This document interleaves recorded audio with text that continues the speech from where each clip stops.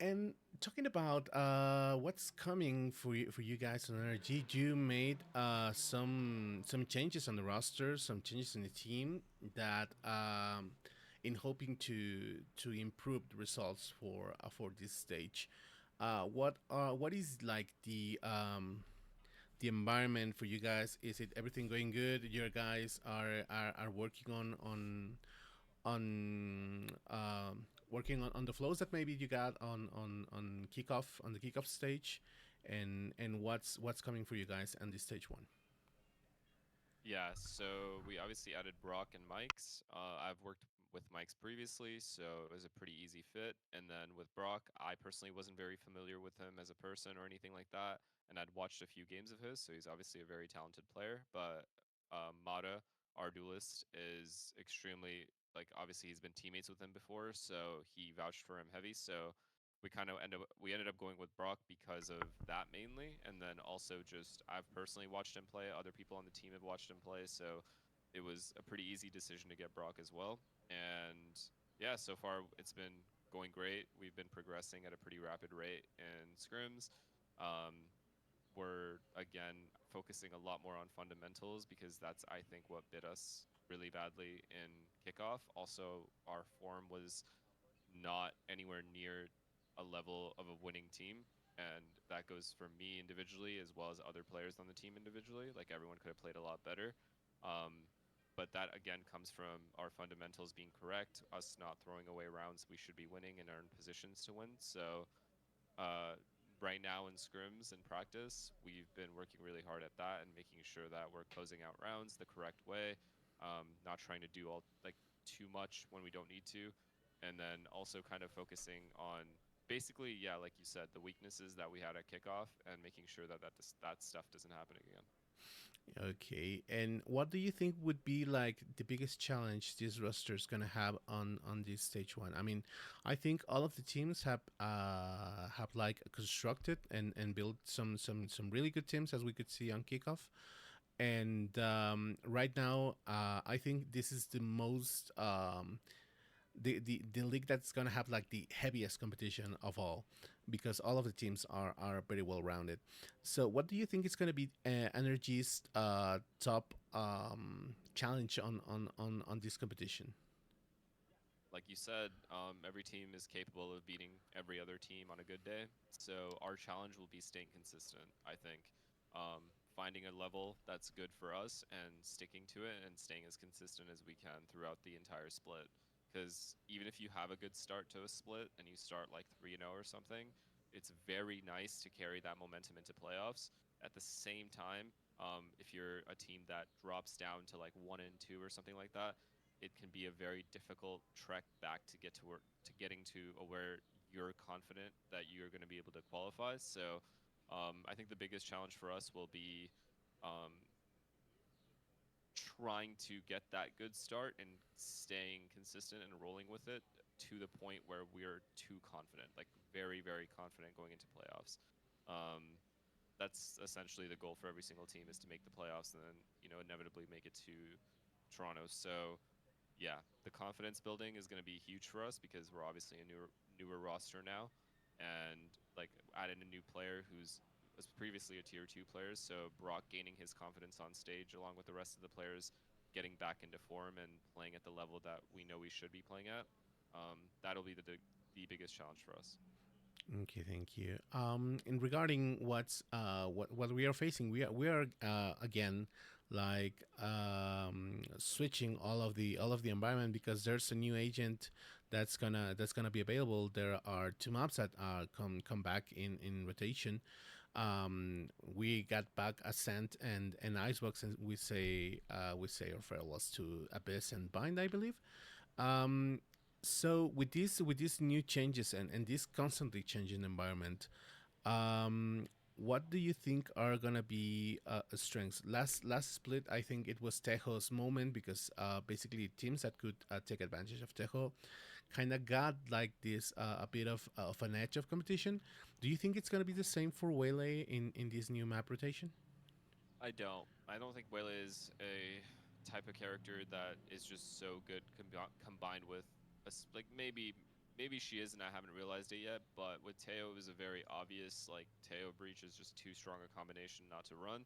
I think when it comes to a character like Wele, again, this character is capable of doing a lot as a duelist, but at the same time, you know, you can also end up picking Raze and Jet, and it's not like Waylay is way better than those agents in a lot of the maps. So, at least not that I've seen so far. So no, I don't think Waylay is to the same level as Teo when it comes to how broken Teo was at the beginning before the nerf. That being said, I definitely think, I mean, I'm excited about the maps personally. I like Icebox. I like Ascent in our map pool. So the good thing is these aren't maps that you have to relearn or anything. You already know how to play them. You've played them in the past. Um, so it's not like a completely new map where you have to kind of create your own meta or anything like that. You're just it's probably most of the time teams are playing similar comps to what they were playing before and had success on those maps before. So I'm okay with the map changes personally. I'm glad they made some changes to Ascent with the wall spamming and stuff like that. So that's good. And yeah, I mean those maps haven't changed much outside of that. Icebox didn't really change anything. Yeah, So I mean the same one. the map coming back doesn't hurt us in any way. I think if anything, it just helps because we were a team that struggled a lot on Abyss to begin with. So that being like out of the map pool now is fine for us, especially when we're getting two maps that we're familiar with. Okay, yeah, yeah, because I had the chance to talk with Busio a bit earlier today, and he was also that like Abyss is not like our map. We're glad that it rotates out, so it's Yep. good. It's good for us. And talking about that, we are on a new, we could say, a new era of Valorant.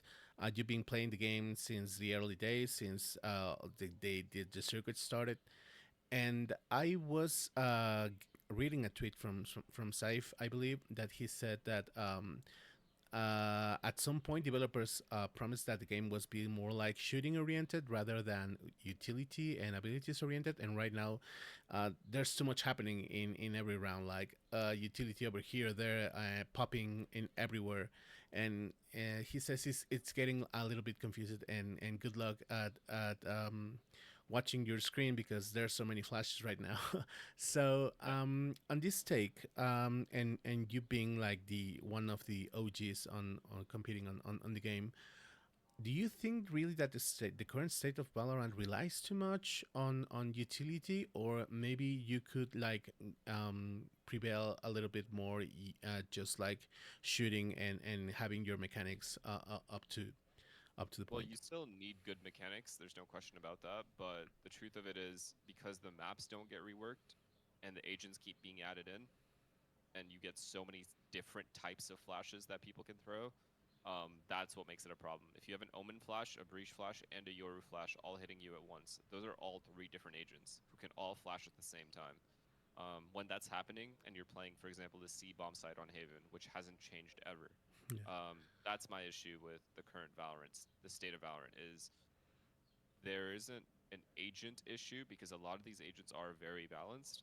It's that the maps never get reworked. There's not even an extra box added anywhere.